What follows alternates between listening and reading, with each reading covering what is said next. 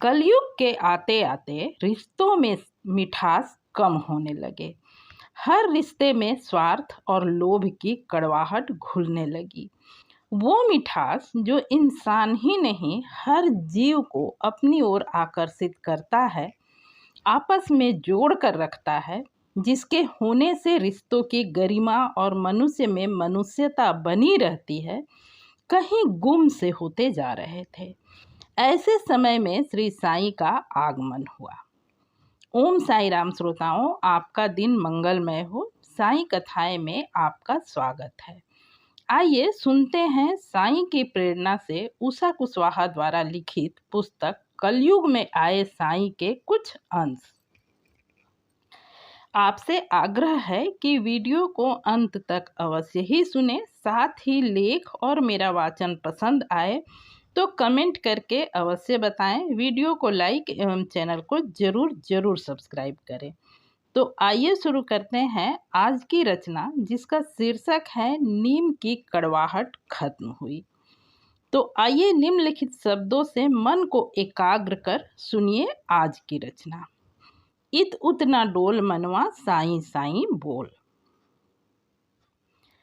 साईनाथ के जन्म स्थान या उनके माता पिता के बारे में किंवदंतियां तो बहुत पढ़ने सुनने को मिलती है, पर कोई प्रमाणिक जानकारी नहीं है।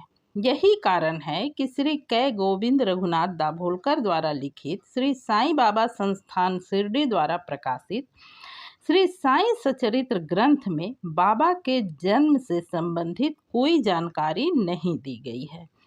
इस ग्रंथ को साईं भक्तों के बीच भगवान श्री राम की रामचरितमानस, श्री कृष्ण की भागवत गीता सा ही दर्जा प्राप्त है। यह अत्यंत ही विश्वसनीय तथा पठनीय ग्रंथ है और श्री साईं से प्रेम करने वाले उनके भक्त साईं को इसी ग्रंथ के अनुरूप साईं बाबा को देखते समझते हैं। क्योंकि स्वयं साईनाथ ने इस विषय में किसी को कभी कुछ नहीं बताया, श्री साईं सचरित्र में वर्णित बाबा अपनी अनोखी रीत के अनुसार किसी को कुछ बताने समझाने के क्रम में किसी गुरु या कुछ मित्रों की चर्चा अवश्य किया करते थे। साईनाथ को जब किसी की कोई भूल को इंगित करना या कुछ समझाना होता तो उस प्रसंग से जोड़कर वह कोई ऐसी कहानी सुनाते कि जिसके लिए यह कहानी सुनाई गई होती उसे तो झट अपनी भूल का एहसास हो जाता, पर वहाँ मौजूद बाकी लोगों को वह एक कहानी मात्र ही लगती। पर कभी किसी मित्र का नाम या फिर उसके निवास स्थान की कोई चर्चा नहीं करते। समझने का प्रयास करने पर वे प्रतीकात्मक किरदार से ही जान पड़ते हैं। जैसे अध्याय 32 में वर्णित ईश्वर की खोज का प्रसंग हो या इसी अध्याय में बाबा द्वारा बताए गए अपनी 3 साथियों से अधिक मजदूरी मिलने की बात हो। यूं भी मित्र अथवा गुरु का संबंध जन्म से संबंधित नहीं है। श्री साईं के देह काल में किसी ने उनके नज़दीक या दूर के किसी तरह के संबंधी या रिश्तेदार होने का कोई दावा भी किया हो, ऐसा नहीं है। जबकि बाबा के देह में रहते ही उनकी प्रसिद्धि ना सिर्फ शिरडी या पूरे महाराष्ट्र में बल्कि दूर दूर दूसरे राज्यों तक भी फैल चुकी थी और शिरडी में हर दिन बाहर से झुंड के झुंड लोग श्री साईं से मिलने आने लगे थे। अतः श्री साईनाथ को पहली बार शिरडी गांव में एक नीम पेड़ के नीचे बैठे देखा गया, तब उनकी उम्र 15-16 वर्ष की ही रही होगी। वे चुपचाप ध्यान मग्न बैठे रहते थे, न किसी से कुछ कहते ना ही किसी से कुछ मांगते। धीरे धीरे उनके चेहरे की तेज से लोग प्रभावित होने लगे। इंसान ही नहीं, लोगों ने देखा कि गांव के आवारा कुत्ते, बिल्ली या गाय जैसे जानवर भी उसी नीम वृक्ष के नीचे साईनाथ के आसपास आ बैठते। यह देख लोगों का कौतूहल बढ़ता गया। गांव के कुछ सहृदय लोग अपने गांव में पधारे इस सुंदर, सुकोमल, तेजस्वी योगी युवक को भोजन कर लेने तथा अपने अपने गृह पर चलने का आग्रह करने लगे। पहले तो श्री साईं इन बातों को टालते ही रहे, पर कुछ दिनों बाद लोगों का स्नेह भाव देखकर उन्होंने किसी के घर में रहना तो स्वीकार नहीं किया। हाँ, उनकी खुशी के लिए धूप और बारिश से बचाव की उनकी चिंता का मान रखते हुए गांव के बाहर बेकार पड़े एक खंडहर जो कभी मस्जिद हुआ करता था, उसे ही अपने निवास स्थान के लिए चुना, जिसका नाम उन्होंने द्वारका माई रखा, जो आज भी साईनाथ के दिए इसी नाम से विख्यात है। जिस पेड़ के नीचे बाबा पहली बार बैठे देखे गए थे, उस स्थान को उन्होंने अपने गुरु की तपोभूमि बताया। जब द्वारका माई में साईनाथ को रहते कुछ समय बीत गया, लोग उनकी अलौकिक शक्तियों को पहचानने, समझने और उनका आदर करने लगे। शिरडी ही नहीं, दूसरे राज्यों से भी लोग बाबा के दर्शनार्थ आने लगे, उन्हें अपना गुरु और आराध्य मानने लगे। तब लोगों के मन में विचार आया कि श्री साईं के शिरडी में प्रथम आगमन तथा पवित्र नीम वृक्ष के नीचे निवास करने की ऐतिहासिक स्मृति के रूप में पादुकाएं स्थापित की जाए। उसी वक्त श्री साईं के दर्शनार्थ पधारे बंबई के एक भक्त डॉक्टर रमाराव कोठारे को जब इस बात की जानकारी हुई, तो वे बड़े ही भक्ति भाव से इस जिम्मेदारी को निभाने के लिए आगे आए। उन्होंने पादुकाओं की रूपरेखा बनाई तथा इस विषय में उपासनी महाराज, जो खंडोबा मंदिर में रहते थे, जाकर भेंट की। उपासनी महाराज ने उसमें बहुत से सुधार किए और कोमल फूल आदि खींच दिए तथा एक श्लोक भी लिखा, जो नीम वृक्ष के महात्म्य व श्री साईं के योग शक्ति का घोतक है।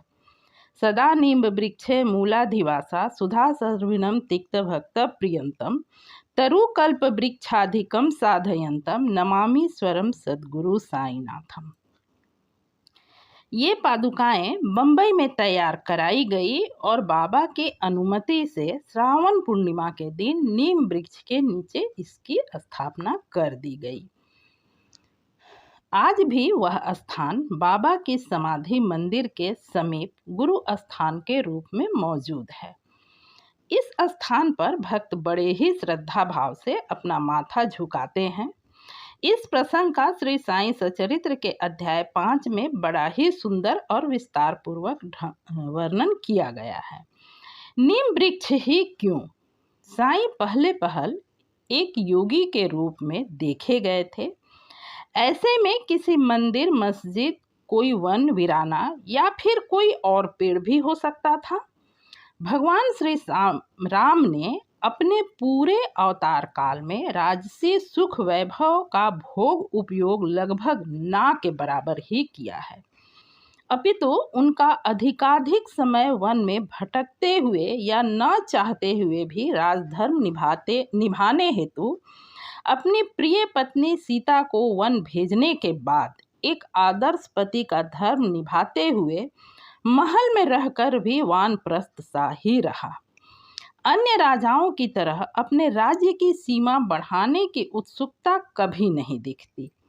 अश्वमेघ यज्ञ का परिणाम देखकर भी सहज ही भान होता है कि यह यज्ञ के नाम पर छोड़ा गया अश्व पुत्र लव कुश के परिचय, पहचान और मिलाप के निमित्त था, न कि सिर्फ राज्य की सीमा बढ़ाने हेतु। पूरे ब्रह्मांड के मालिक श्री विष्णु के अवतार को चंद राज्यों को जीतने की चाहत हो भी कैसे सकती है। फिर भी उन्होंने अपने अवतार के लिए एक राजा का वंश चुना, क्योंकि उन्हें अपने इस पूरे अवतार काल में राजाओं के लिए निर्धारित एक कर्म करने थे। शांति और व्यवस्था बनाए रखने तथा सत्य, धर्म और मनुष्यों की रक्षा के लिए दुष्ट आतताई असुरों का वध।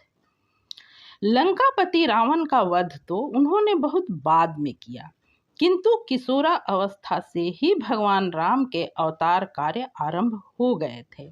जब ऋषि मुनियों के जप तप यज्ञ की रक्षा के लिए ताड़का, मारीच, सुबाहु वध हो या रावण वध से पहले अनाचार अत्याचार की सजा हेतु बलि का वध हो। मानव, दानव या पशु जब निरंकुश अत्याचारी हो जाए तो उसे दंड देना शासक का कर्तव्य होता है।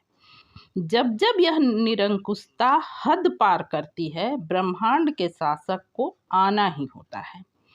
भगवान श्री कृष्ण का अवतार देखें तो वंश राजा का जन्म स्थान कैद की कोठरी, बचपन और लालन पालन नंद गांव के मुखिया नंद जी के घर, शासन किया स्वयं से निर्मित अद्भुत अलौकिक द्वारकापुरी में। भगवान विष्णु के इन दो अवतारों में कारण भले ही प्रत्यक्ष रूप में किसी शक्तिशाली और अत्याचारी दानव का वध दिखता हो, पर गहराई से समझने का प्रयास करें तो ये दानव तो बस निमित्त मात्र ही हैं। कोई भी दानव इतना शक्तिशाली और महत्वपूर्ण नहीं हो सकता जिसके वध के लिए स्वयं चक्रपाणि को अवतार लेकर धरती पर आना पड़े। योगेश्वर श्री कृष्ण का अवतार ध्येय सिर्फ कंसवध ही होता तो जिस तरह शैशव काल में ही उन्होंने राक्षसी पुतना का वध किया, वैसे ही उनके अन्य भाई बहनों की तरह जन्म लेते ही जब कंस उन्हें मारने कैद खाने में आता, वहीं उसी वक्त उसका वध कर श्री कृष्ण अपने माता पिता को आजाद करा सकते थे। इस तरह उनका अवतार्य कार्य उसी वक्त पूरा हो जाता।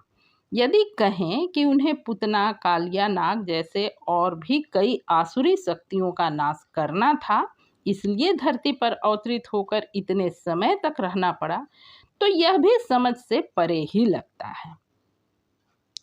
योगेश्वर श्री कृष्ण के पूरे अवतार काल को देखें तो उनकी हर लीला में शक्ति और साधन का उचित उपयोग करते हुए शांतिपूर्ण ढंग से जीवन जीने का ज्ञान छिपा हुआ है।